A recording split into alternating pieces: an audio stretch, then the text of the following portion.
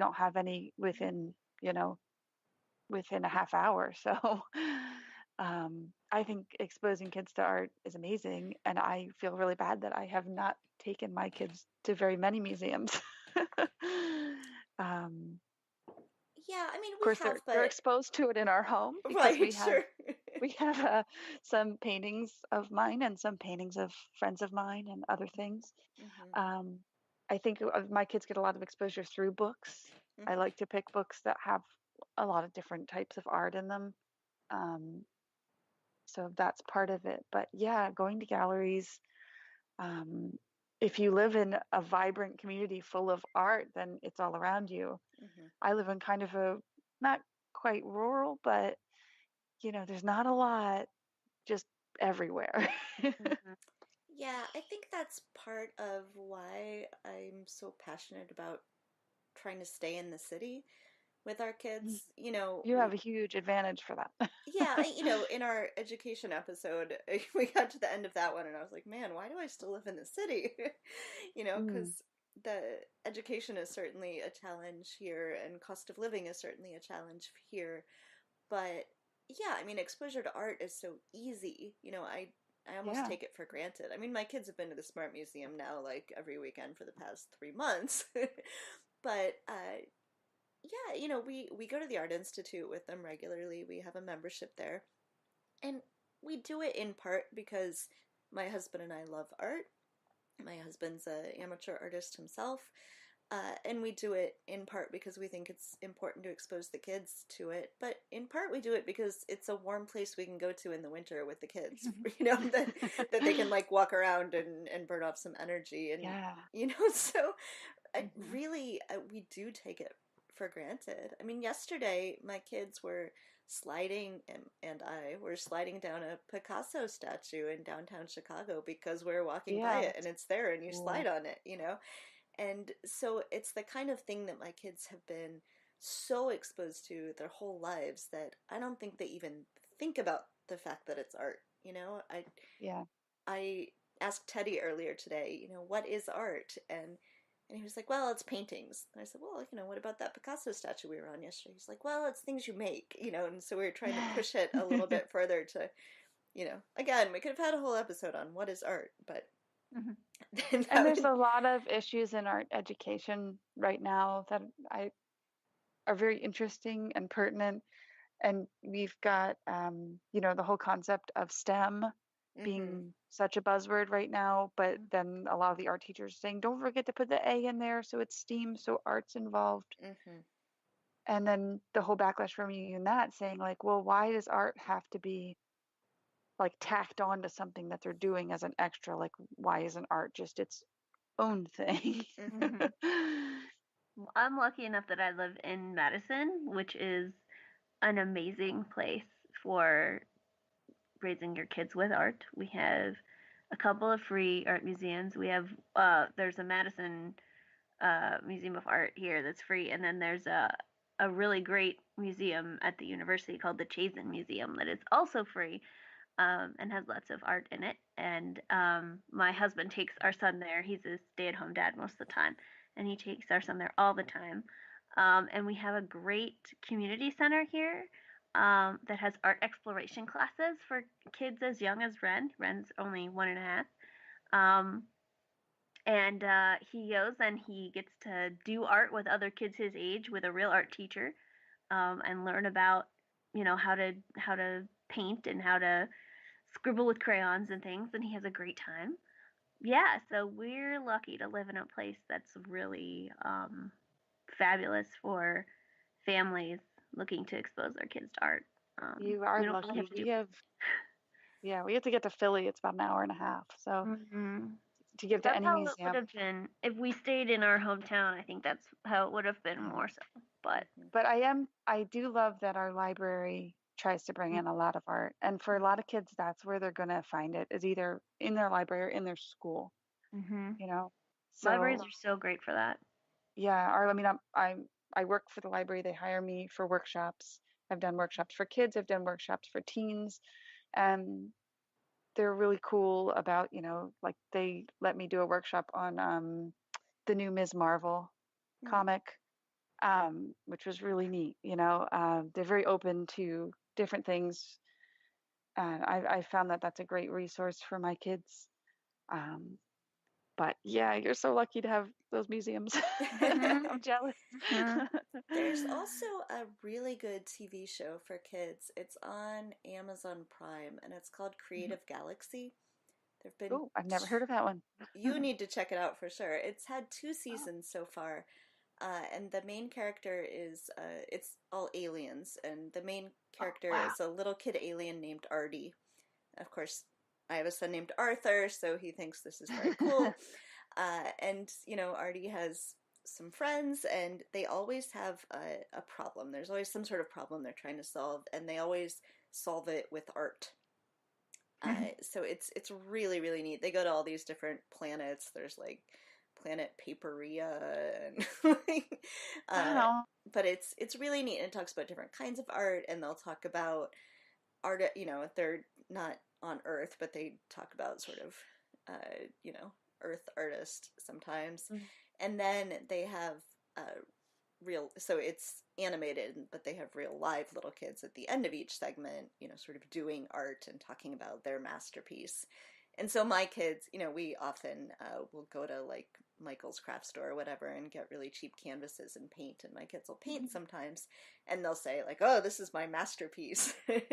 It's really Yeah. cute. So, yeah. Well, one of the things about engaging with kids in art, and it's kind of a philosophy that I have, because people will say to me like, "Oh, look, I'm an artist. You must like teach your kids everything." Mm, And in fact, like I think it's much better to let them explore. I Mhm. don't want, like, if my daughter came to me, she's 6, and if she said like, "How do I draw a tree?" Of course, I would like give her some help, but I really would rather her go look at a tree hmm and touch a tree and think about how to draw a tree. So if you have kids and you're feeling like, "Oh, I'm not an artist, I can't teach them anything," um, I think it's if you just kind of have some materials and let them play and let them explore and let them play with cardboard boxes, the cheapest toy known to man. um, and and that's where they'll really start to build their creative vocabulary, and then you can add into it. hmm Um, it doesn't have to be like so rigid and like we have art lessons and we have drawing lessons and all stuff like that. I feel like um, if you give them a space to be creative, they're going to be creative. Mhm. Um, that's sort of my little Yeah. soapbox about Well, and teaching kids art. I found that working with my kids on art made me a better artist.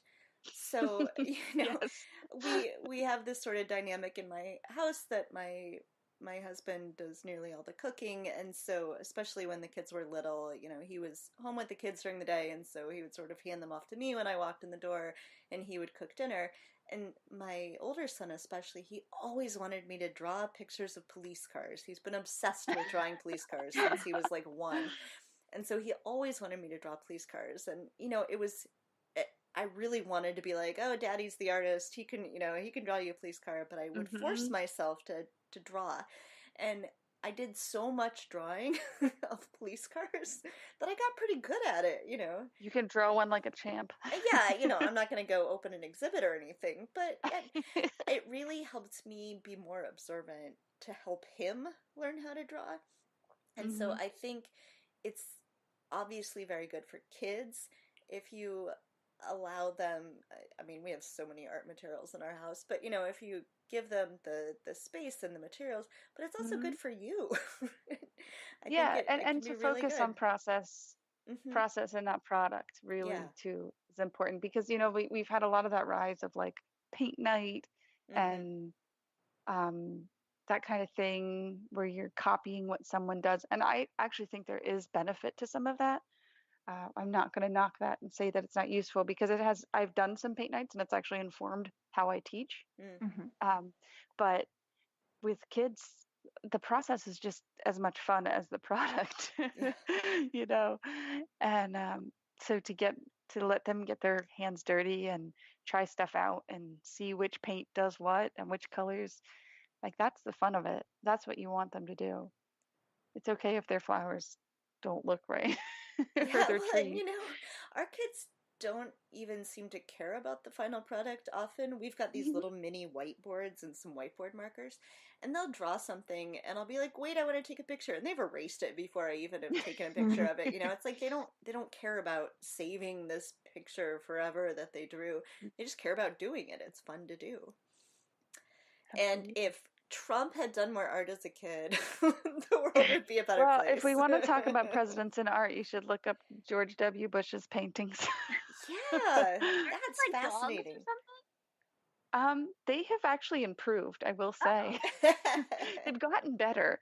Um, it's a fascinating thing to me. I kind of have looked at them just, I just find it fascinating. I wouldn't say that I like them, but it's very fascinating. Yeah. I think we will end the conversation there, but I think this is a topic we're going to come back to, and maybe some of these sort of mini subtopics that we've Yeah, just yeah, scratched the no. surface of, that maybe we can reconvene in a month or two and discuss them again, because I think there's, you don't necessarily think about art when you think about politics, but I think Mhm. there's so much interesting connection and history there. It's a really fascinating topic to me. Me too. All right. And Julia, thank you so much for coming on. It's been Thank you so really, much for having me. It was yes, Yeah, it was great fun. to meet it's you. been really important, I You think, too. to get the perspective of someone actually, in the art world. So thank you. Thank you. Want to remind everybody that Two Broads Talking Politics is now part of Mom Jeans Media, which is momjeansmedia.com. If you are interested in the kind of things we say here, I hope that you'll check that out. And if you would like to write for Mom Jeans Media, please contact us at momjeansmedia@gmail.com. And reminder as well that you can find Two Broads Talking Politics on Facebook and on Twitter at Two Broads Talk. You can email us at twobroadstalkingpolitics@gmail.com. And you can now find us on momjeansmedia.com as well. And please rate and review us on iTunes. That would be really helpful in helping other people find us. So thank you to Julia, thank you to Sophie, and thank you to our listeners. We're really glad that you tuned in for our conversation about politics and art. Okay, hi everybody. This is Kelly. I am back for our second segment of this episode about the relationship between art and politics. I apologize if there's any audio problems. I have a less than ideal setup here, but we'll make it work. And I am here with a good friend of mine named Anna Siri. So hi, Anna. Hi. Anna, you want to tell us a little bit about what it is that you do? Sure. Well, I live in Los Angeles, and actually right in the heart of Hollywood. And I work as a screenwriter and a script doctor and a script consultant, which means I read an enormous amount of other people's material and tell them what's wrong with it. That sounds like Which something I could do. Although I'm sure it gets old. It does, but it's actually a really great way to learn about the mistakes that everybody makes, and it's a great way to learn about what people are thinking about, because whatever is going on in the world eventually ends up on paper. I mean, Yeah. I think screenplays tend to be where people just pour their hearts out, and then they take it very personally, and so it also makes giving feedback complicated because you're messing with somebody's baby. Sure. And do you work freelance? Do you work for a company? I do both. I work for a couple of different companies. I work for a lot of film festivals and some screenplay contests and a few production companies and agencies, things like that. Okay. Great. So one of the reasons that I wanted to talk to you is you had shared at some point a blog post by John Scalzi about how he is finding it so difficult right now to write. He's a novelist, and he's finding it so difficult to write in 2017 because he's just so constantly aware of the world, the political world around him, and it's difficult to think about something like this novel that's completely separate from the political climate. And so I was wondering if you could talk a little bit about, either in your own work or in what you're seeing from the scripts that you're helping to edit, what are you seeing any difference